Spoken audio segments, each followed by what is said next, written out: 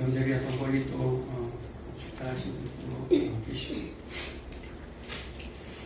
한번 따라할까요? 근심하지 말라. 근심하지 말라. 근심하지 말라. 근심하지 말라. 명절이 되면 추석이나 설이나 이런 큰 명절이 돌아오면 저는 그래 어렸을 때 참 왠지 모르게 그냥 기뻐요. 그냥 기분이 좋죠. 우리 아이들도 아마 그러지 않나 싶어요. 요즘 아이들은 모르겠지만 명절이 되면 일단은 먹을 것이 좀 풍성해지는 그런 느낌들, 뭔가 좀 들어온 느낌들, 그리고 용돈을 좀 조금 들어올 수 있는 그런 시간들. 그래서 다른 날보다는 괜히 명절이 되면 아이들에게는 참 좋은 날인 것 같아요. 좀 기분이 좋아요. 그런데 사실 어른들은 걱정도 많고 염려도 많고 근심이 많은 게 사실 추석 이런 명절 같은 날이에요. 먼저 걱정부터 오잖아요. 그리고 또 오고 가고 하는 또 과정 속에서 아이고, 또 이렇게 사고 안 나면 또 어떻게 하죠? 그런 여러 가지 염려하지도 않을 그런 염려, 근심하지도 않을 그런 염려들을 하게 돼요. 요즘 왜 여러분 근심하죠? 왜 근심하죠? 근심한 이유가 뭡니까 혹시? 네? 돈이 없어서 여러 가지가 있죠. 뭐 돈 때문에, 뭐 또 건강 때문에, 뭐 질병으로 인하여 여러 가지 근심이 옵니다. 그런데 그 근심이 온다고 한들 우리가 그 근심을 어떻게 막을 수가 있습니까? 여러분 없어요. 이 세상 그 누구도 근심을, 염려를 막을 재간이 없어요. 여러분 갑작스러운 어떤 사고를 당하거나 갑작스러운 어떤 죽음을 경험하거나 갑작스러운 어떤 질병이 찾아오거나 아니면 천재지변과 같은 지진이 일어나고 쓰나미가 일어나고 태풍이 몰아치는데 그 태풍의 길을 여러분들이 방향을 바꿀 수 있냐 말이에요. 그 진로를 바꿀 수 있냐 말이에요. 우리의 방법으로, 우리의 힘으로 아무도 할 수가 없어요. 근심의 파도가 밀려오면 그걸 막을 방법이 없어요. 그런데 오늘 본문에 보면 뭐라고 얘기하죠? 너희는 근심하지 말라. 하나님을 믿음이 또한 나를 믿으라 라고 얘기합니다. 분명히 성경은 근심하지 뭐하라? 말라. 근심하지 말라라고 얘기합니다. 그런데 여러분들 근심 안 하나요? 저도 근심해요. 그런데 여러분 근심을 매일 하고 매 순간 하면요 여러분 죽어요. 그게 지옥이에요. 하나님이 예수님이 직접 근심하지 않는 방법을 가르쳐줘요. 아멘. 듣고 싶습니까? 아멘. 근심하지 않는 방법을 알려줘요. 그런데 제자들이 지금 13장에서 어떤 모습으로 시작하죠? 13장이 들어가자마자 예수님이 제자들이 발을 씻겨줘요. 무슨 날? 6월절 전날 발을 씻겨줘요. 그리고 이 발 씻김의 이 모습이 너희들이 피조물의 자리로 내려오는 것이고 종의 자리로 내려오는 것이야. 그리고 너희들이 부인되는 자리야. 이 자리가 바로 십자가의 자리야. 이것이 너희들의 향기고 냄새로 편지로 전달되어지는 거야. 그러면서 베드로와 누구를? 가룟 유다를 대조시켜서 13장을 얘기합니다. 그리고 갑자기 13장 1절에서 내가 너희를 끝까지 사랑할 거야 라고 해놓고 마지막 절에 베드로를 드러내면서 베드로를 폭로하면서 내가 나를 3번 부인할 거야 라고 이어서 지금 14장 1절에 뭐라고 얘기합니까? 근심하지 말라라고 얘기합니다. 그러면 제자들이 무슨 근심을 하고 있다라는 거예요. 무슨 근심하고 있었을까 제자들이? 제자들이 근심에 굉장히 쌓여있어요. 예수님이 지금 갑자기 베드로야 너가 나 3번 부인할 거야 라고 얘기했는데 너희는 마음에 근심하지 말라. 왜 근심했겠어요? 왜 근심했겠어요? 예수님이 지금 이 제자들은요, 예수님이 예루살렘으로 입성할 때에 수많은 군중들이, 수많은 유대인들이 예수님을 향해서 호산나 호산나 찬송하리로다 낙이 타고 입성하신 그 예수님을 바라보면서, 그러면 그들 모두는요, 제자들뿐만 아니라 유다뿐만 아니라 베드로뿐만 아니라 12제자뿐만 아니라 수많은 유대인들은요, 예수님이 이제 왕위에 오를 것이라고 생각을 해요. 그래서 오직했으면 그 지금 이 자리에서도 못하고 있었습니까? 네가 크냐 내가 크냐 싸우고 있었어요. 마가복음 10장에서 또 뭐라고 얘기합니까? 야고보와 요한이 자기들이 숨어 따로 예수님을 만나요. 예수님을 만나서 청탁해요. 나중에도 자기 어머니도 청탁을 하죠. 네 아들들, 하나는 우편에 하나는 왼쪽에, 예수님이 왕이 되면 좀 세워주십시오. 청탁을 해요. 수많은 사람들이, 제자들마저도 다 예수님이 왕 되기를 원해요. 강력한 그 메시아 왕국, 다윗 왕국이 이루어질 수 있도록. 그래서 이들이 한 행동이 있어요. 3년 동안이나 모든 것을 포기해버려요. 3년 동안이나 내 생업을 포기해버려요. 던져버렸어요. 던져버리고 예수님에게 올인해요. 여러분 생각해보세요. 여러분이 예수님을 만났어요. 그리고 예수님만 쫓아가겠다 하고 여러분이 지금 하고 있는 모든 생업을 중단하고 배도 버리고 그물도 버리고 예수님을 3년 동안 쫓아다녔어요. 그러면 여러분에게 한 자리씩 해주면 안 쫓아다니겠습니까? 아니, 3년이 아니에요. 10년을 쫓아다니면 최고의 자리에 앉혀주겠다. 여러분 하겠어요 안 하겠어요? 30년 걸려요. 하겠어요 안 하겠어요? 30년 걸려도 하지 않는가? 예수님 옆에 있으면 먹고 사는 거 다 해결되는데요. 하겠죠. 기사와 능력이 임해서 3년 동안 굶주리지 않고 살아왔어요. 뭐 30년 못 살겠어요? 살 수 있죠. 이 땅에서 언젠가 주시기만 주신다면 따라가지 않겠어요? 자, 이들이요 3년 반 동안 예수님을 쫓아다니면서요 완전히 이들은 전 재산을 올인한 거예요. 전 재산뿐만 아니라 나를 아예 전부 올인해버렸어요. 올인했는데 예수님이 뭐라고 얘기합니까? 나 죽을 거야. 나 죽을 거야. 그래서 그 속에 있는 그들의 마음이 다 유다를 대표해서 유다가 그런 행동을 하는 거예요. 예수님을 팔아버리면 예수님이 반응하겠지라고. 그래서 민중 이 군기를 들고 그냥 으쌰으쌰 한번 하면 되겠지. 예수님이 그러면 그때 일어나서 다 평정하겠지라고 했는데 그렇지 않았어요. 그러니까 그 실망감이 얼마나 컸겠어요. 아니 3년간을 투자해가지고 3년간을 올인해서 여기까지 왔는데 예수님이 죽으신다고? 뭐에 대한 이들이 근심하고 있습니까 지금? 이들은요 예수님의 죽으심에 대해서는 관심이 없어. 영생에 대한 것도 관심이 없어요. 12제자인데 영생에 관심이 없고 오직 뭐에만 관심이 있는 거예요. 지금 이 땅의 것, 이 땅의 것에 지금 이들은 목숨을 걸고 예수님을 쫓아온 거예요. 그래서 너희는 근심하지 말라.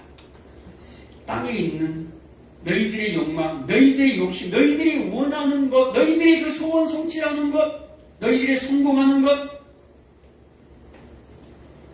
그것이 당장 안 된다고 근심하지 마라. 하나님을 믿으니 또한 나를 믿으라. 너희들이 지금까지 하나님을 믿었지 않느냐? 유대인들이 지금까지 수십 년이 뭐 자손 대대로 지금 지켜왔잖아요. 기다려왔잖아요. 메시아를 수백 년 동안, 수천 년 동안 메시아를 기다려온 민족이에요. 유대인들이. 그러면 조금만 더 기다리면 되잖아요. 그래서 그 하나님을 믿는 것처럼, 너희들이 믿는 것처럼 나를 믿어라.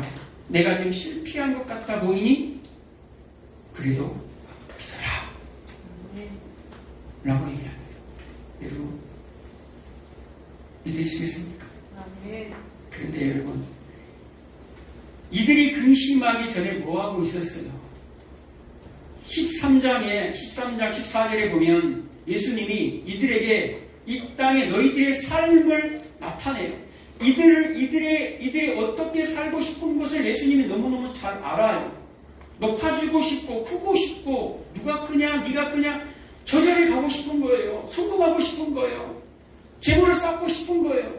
예수님이 너무너무 제자들의 마음을 잘 알아요. 따라다니는 12제자뿐만 아니라 수많은 제자들의 마음을 다 알고 있던 거예요. 그래서 하나씩 자리에 앉혀서 무릎 꿇고 뭘 시켜줘요? 팔을 다 씻겨줘요. 그게 예수님의 죽음을 나타내는 자기 부인의 자리입니다. 그러고 나서 결론을 짓는데요. 13장 34절에 오늘 본문에 뭐라고 얘기합니까? 서로 사랑하라 라고 결론을 지어요.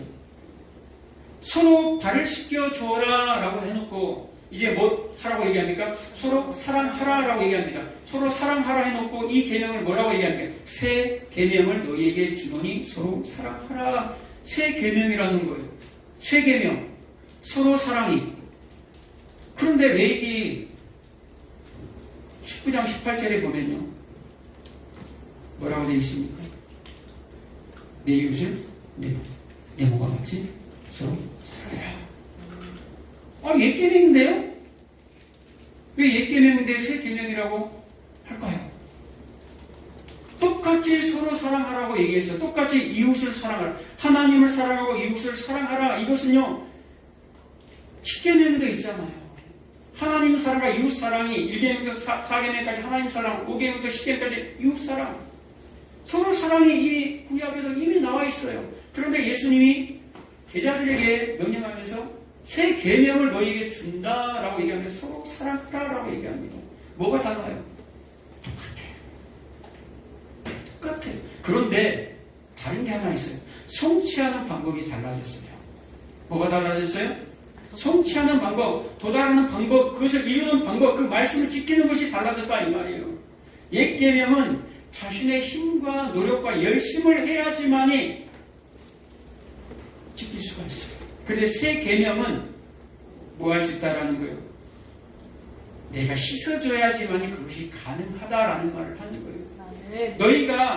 너희들이 이 발씻김의 자리, 자기 부인의 삶을 경험할 때, 이 자리로 내려올 때, 피조물의 자리로 내려올 때에 진짜로 너희들의 속에서 사랑할 수 있는 힘이 생긴다라는 말이에요.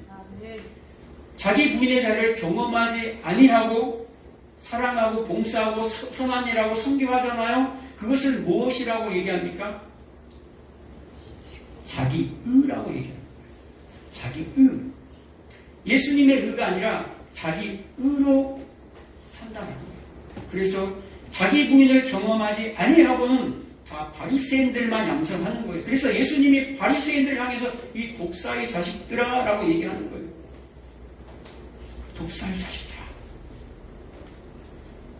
서기관과 바리새인보다 낫지 못하면 결단코 천국에 들어가지 못하리라. 서기관처럼 그렇게 높이 쌓고 바리새인들처럼 그렇게 열심을 내야지만 들어가는 것이 아니다라는 말을 하는 거예요. 너희들이 천국에 들어갈 수 있는 것은 오직 내가 너희들의 발을 씻겨줘야 돼 라는 거예요. 내가 너희들의 발을 씻겨주고 너희들의 그 발씻김의 그 삶으로 내려올 때에 경험되어질 때에 너희들이 진짜 사랑할 수 있는 거야 라는 말을 하는 거예요. 여러분, 내가 내 자신이 쓰레기 같은 그 자리에서 완전히 썩어진 그 자리에서 내가 구원을 받았어요. 구원을 받은 것을 내가 인식하고 알고 깨닫는 사람이라면 절대 다른 사람을 정죄할 수가 없어요. 절대 없어요. 그런데 그것을 인식을 하지 못해요. 내가 그 십자가의 은혜로 구원받았다는 것, 씻음 받았다는 것을 잊고 사는 거예요. 순간 잊고 살면서 뭐가 들어오니까 근심이 들어와 버려요. 근심이 들어오면서 사람들을 정죄하고 내 마음대로 판단하는 죄를 범해요. 똑같이 보여지는 건데, 똑같이 양과 염소가 보기에는 똑같아요. 똑같은데 다른 이유가 뭡니까? 하나는 십자가를 통과하지 않는 삶, 하나는 십자가를 통과하는 삶, 보여주기는 똑같은데 그 속은 다르다 이 말이에요. 그래서 밖에서는 구분을 못해. 그런데 마가복음 25장에 나온 것처럼 그 염소들은 자신들의 행위를 내가 뭐 있고 했다라는 것이 누가 좀 알아줬으면 하는 거예요. 그런데 양들은 알아줄 필요가 없어요. 주님이 막 알아주려고 해도 주님 제가 언제 그랬습니까? 언제 그랬습니까? 자신의 삶을, 행동을 잊어버린다니까. 그것이 양의 모습이에요. 그것이 십자가를 통과한 양의 모습이에요. 여러분, 예수님을 믿으면, 하나님을 믿으면 어떤 일이 벌어진다고 합니까? 믿는 자들은 어떤 일이 벌어집니까? 왜 이렇게 근심하고 걱정하고 염려가 찾아와요? 원래요, 우리의 인간은 원래 근심이 없는 존재로 지음을 받았어요. 원래부터. 근데 왜 근심을 합니까? 죄악 때문에. 죄를 범함으로 말미암아 이 인간 세상에 근심이 들어와요. 왜 근심을 하게 되죠? 근심이 없는 존재로 지음 받았을 우리 인간은 하나님의 통제 안에서 살아가기 때문에 모든 것을 하나님이 다 주관하고 하나님이 다 지어줘요. 그래서 첫 아담은요, 걱정할 게 없었어요. 죄 짓기 전에는, 선악과 따먹기 전에 하나님처럼 되고 싶다라는 그 자리에 올라가기 전에는 아무런 근심 걱정이 없어요. 모든 것이 다 이 사람의 것이에요. 이 아담의 것이에요. 우리의 것이었어요. 그런데 죄로 말미암아 근심이 들어옵니다. 근심이 들어오는데 왜 근심이 들어옵니까? 이제는 과거에는 하나님이 나를 보여줬어요. 과거에는 하나님이 사람을 보여줬는데 이제는 내가 나를 보호해야 돼. 내가 나를 지켜야 돼. 그렇죠. 그리고 미래에 대한 이 걱정이 하기 시작하는 거예요. 미래에 대한 걱정을 할 필요 없어요. 원래 그래서 성경 말씀에 뭐라고 얘기합니까? 내일 일을 염려하지 마라. 내일은 내일이 할 거야. 원래 우리는 걱정할 이유가 없는데 내가 그게 죄인이라는 것이 발각되는 거예요. 내가 염려하고 걱정하는 거 내일이 걱정되십니까? 아, 내가 죄인이었구나 라는 것이 여러분 인식하면 되는 거예요. 그래서 우리가 뭐가 필요해요? 예수가 필요한 거예요. 우리는 원래 근심하지 않을 수 있는 그런 존재로 지금 받았어요. 그런데 근심이 찾아오잖아요.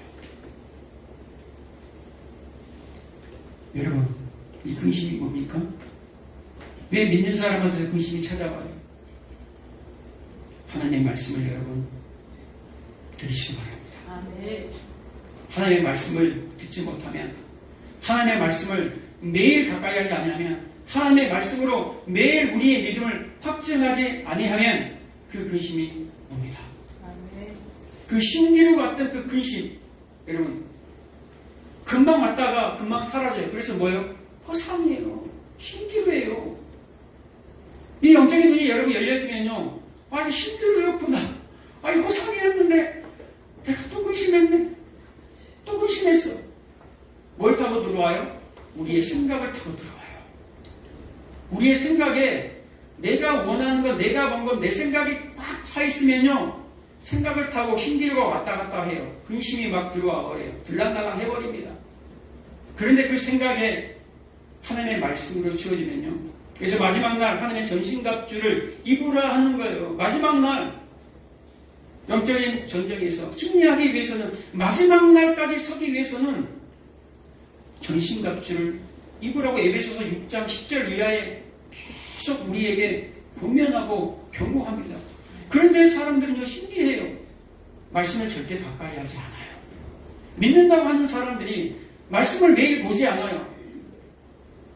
정규 예배가 있으면 믿는다고 하는 사람들은 정규 예배에 다 참석을 해서 어떻게 해서든 그 말씀을 들어야 돼요.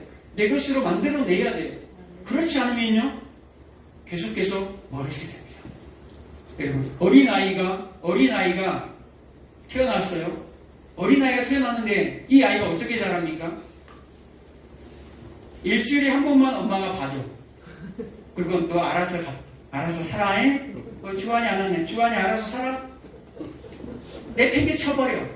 주한이가 응아응아 하면서 지가 알아서 우리 찾아보고 지가 알아서 다 해버려. 그럴 수 있나요? 어린아이 때는요, 매일같이 부모와 함께 있어야 돼요. 매일, 하루도 안 빠지고, 매일 순간 부모와 함께 있어야지만이 그 부모에 대해서 알아가는 거예요.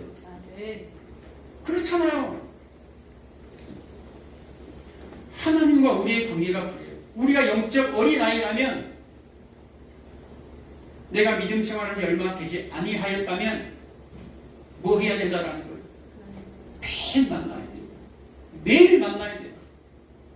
매일 그분의 말씀이 기록된 이 사랑의 편지를 매일 읽어내야 돼요. 매일 읽으면서 내 목소리로 이 말씀을 드러내야 돼요.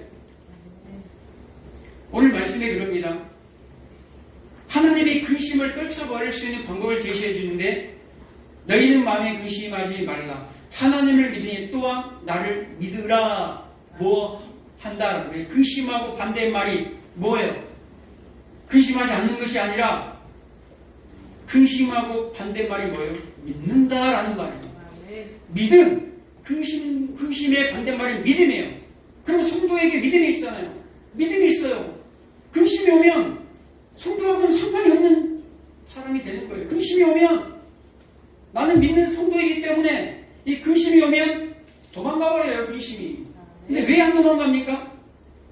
말씀이 들어오기 전에, 말씀이 내 속에서 올라오기 전에, 생명처럼 흘러나오기 전에 못해버려요. 말씀은 기억나지 않아, 생각나지 않아. 그 걱정, 그 근심, 눈에 보이는 것이 크게 보이는 거예요. 그러니까 근심하게 됩니다. 우리는 누구나 근심하죠. 근심의 파도가 몰려올 때, 와, 주저앉고 싶어요. 마치 시편 62편에 나온 것처럼, 내 영혼이 잠잠히 하나님만 바라본다. 다윗이 압살롬에 의해서 죽을 위기에, 왕에서 쫓겨나고 죽을 위기에 죽음만을 기다리고 있는 그 상황에, 아무것도 할 수 없는 그 상황에 포기해버려요. 체념해버려요. 왕이지만 내가 할 수 없다라는 거예요. 내가 부인이 되어버린다 이 말이에요. 내가 부인되는 사건. 그럴 때 하나님이 다시 끄집어 올린다는 얘기를 하는 거예요. 우리의 삶 가운데 우리가 부인되어질 그때에 끄집어 올려요. 근심이라는 것은요, 왜 내가 근심합니까? 왜 근심하죠? 이 땅에 내가 투자를 해놨는데 이게 다 싸그리 그냥 쓰레기통으로 들어갈 지금 위기예요, 제자들은. 그래서 지금 근심하고 있어요.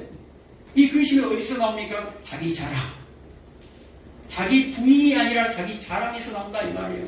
지금 계속해서 예수님이 제자들에게 자기를 부인하고 십자가를 지고 나를 쫓아라 라고 얘기하는데, 지금 제자들이 여전히 자기를 자랑하고 싶어서 근심이 나오는 거예요. 자기 자랑에서 나오지 않는다면 이들은 이미 자기 부인의 자리로 갔을 거예요. 그런데 끝까지 예수님이 왕되기를 원하는,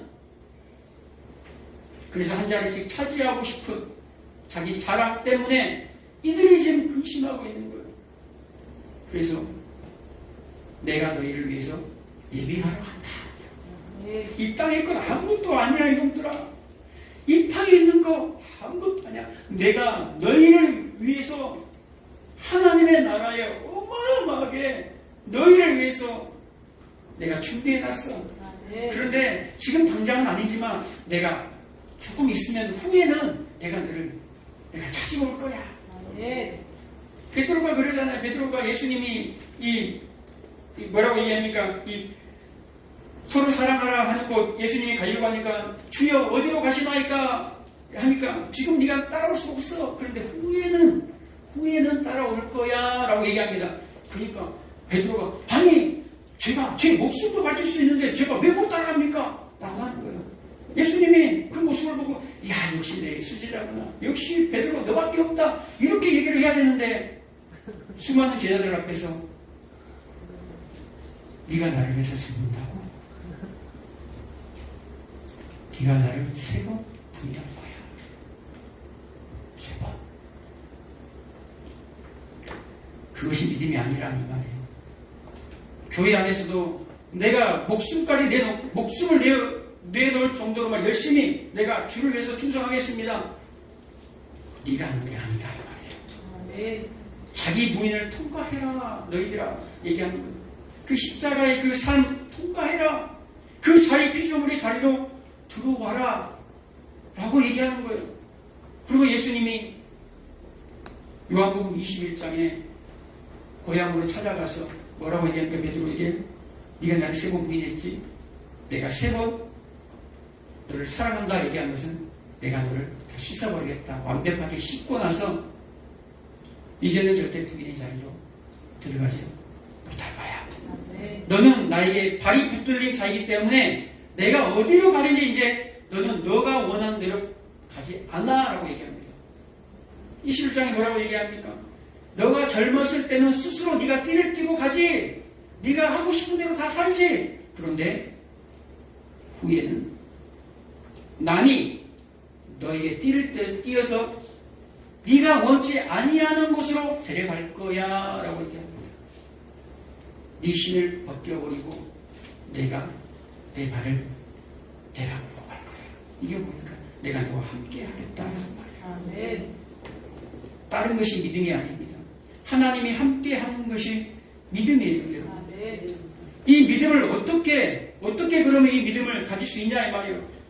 디모데전서 6장 3절 이하에 보면요. 사람들이 좋아하는 게 있어요. 사람들이 그리스도의 말씀과 이 경건을 위한 그 교훈을 따르지 않아요.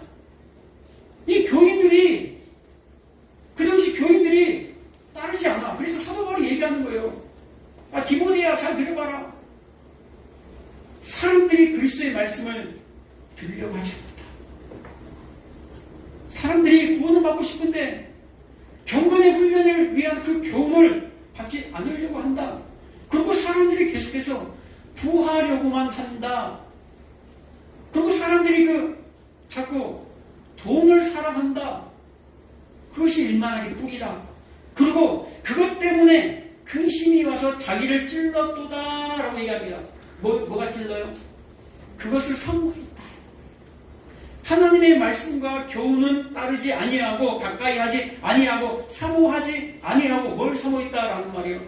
세상의 그 탐욕, 세상에 부하려는 것, 돈, 물질 그것을 내가 탐했다라는 거예요. 그것 때문에 이 제자들의 모습이 똑같은 거죠. 그것 때문에 이제 근심이 찾아왔어요. 그 근심 때문에 가룟 유다가 죽잖아요. 자기가 이루고 싶었던 것이 이루어지지 않아서 근심하고 자기를 찔러버려요. 근심 때문에 찌르는 일이 없기를 바랍니다. 아멘. 그래서 우리가 뭐 해야 됩니까? 반대로 보면 뭐 해야 됩니까? 그리스도의 말씀을 들어야 한다는 거예요. 경건에 관한 그 교훈을 들어야 한다는 거예요. 여기서 여러분들이 듣고 이제 하나님을 믿으면 예수님을 믿으면 야, 이 땅이 아무것도 아니구나. 엄청나게 좋은 것이 우리에게 예비가 되어 있구나. 할렐루야. 그리고 근심이 사라지고 밖에 나가면 근심이 또 파도처럼 몰려오잖아요. 그래서 뭘 해야 됩니까? 어린아이처럼 우리가 죽을 때까지 어린아이처럼 부모와 함께 있어야 돼요. 아멘. 그 영적인 부모인 하나님과 하나님의 말씀과 우리가 함께 있어야 돼요. 아멘. 그것이 이기는 거예요. 아멘. 성경에 다른 얘기 하지 않습니다. 창세기에서부터 계시록까지 말씀과 성령 얘기만 해요. 하나님의 말씀과 성령으로 인도함 받는 것. 하나님의 말씀과 성령 다른 거 없어요. 여러분 성령의 인도함을 받아야 되는데 그 성령이 어떻게 인도함 받습니까? 진리의 영으로 오셨어요. 하나님의 말씀으로 인도되어짐을 받는다 이 말이에요. 그 진리가 누굽니까? 예수예요. 결국은 예수예요. 예수로 말미암아 예수가 여러분들을 이끌어가요. 그 예수로 말미암아 여러분들이 최종 승리자가 되는 거예요. 아멘. 근심하지 마시기 바랍니다. 아멘. 근심하지 마세요.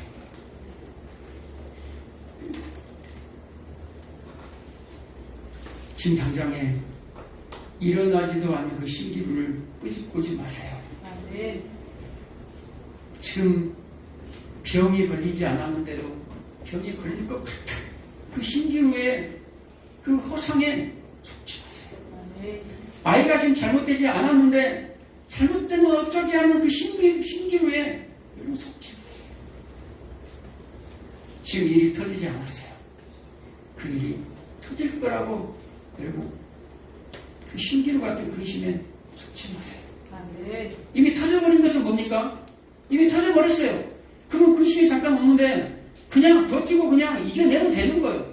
그런데 더 큰 근심은 뭡니까? 아직 오지 않을 근심을 한다 이 말이에요.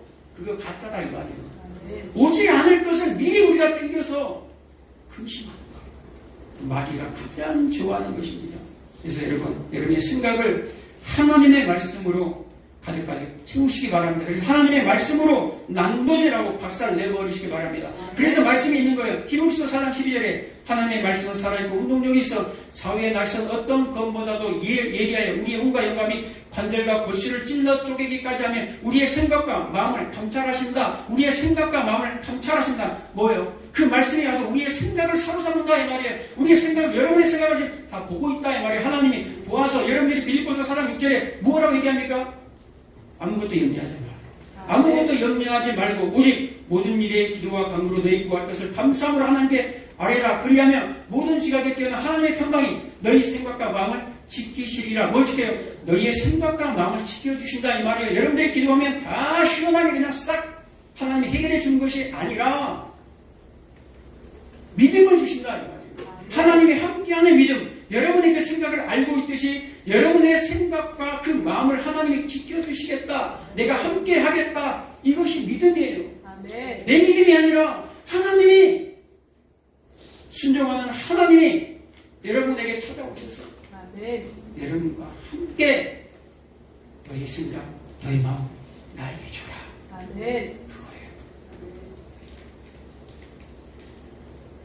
추석 명절 기간 동안 추석 명절 기간 동안 여러분 근심한 걱정이 근심할 일이 있을지라도 걱정하지 마시고 아멘. 하나님을 믿으니 또한 나를 믿으라. 아멘. 예수 그리스도를 믿는 믿음에 관한 저와 여러분 되시길 축복합니다. 아멘. 로마서 10장 11절에 믿음은 어떻게 들음에서 나며 들음은 그리스도의 말씀을 듣는 데서 시작을 합니다. 거기서 또 말씀을 듣는 데서 읽는 데서 듣고 순종하는 데서 시작됨을 잊지 마시기 바랍니다. 아멘. 기도하겠습니다.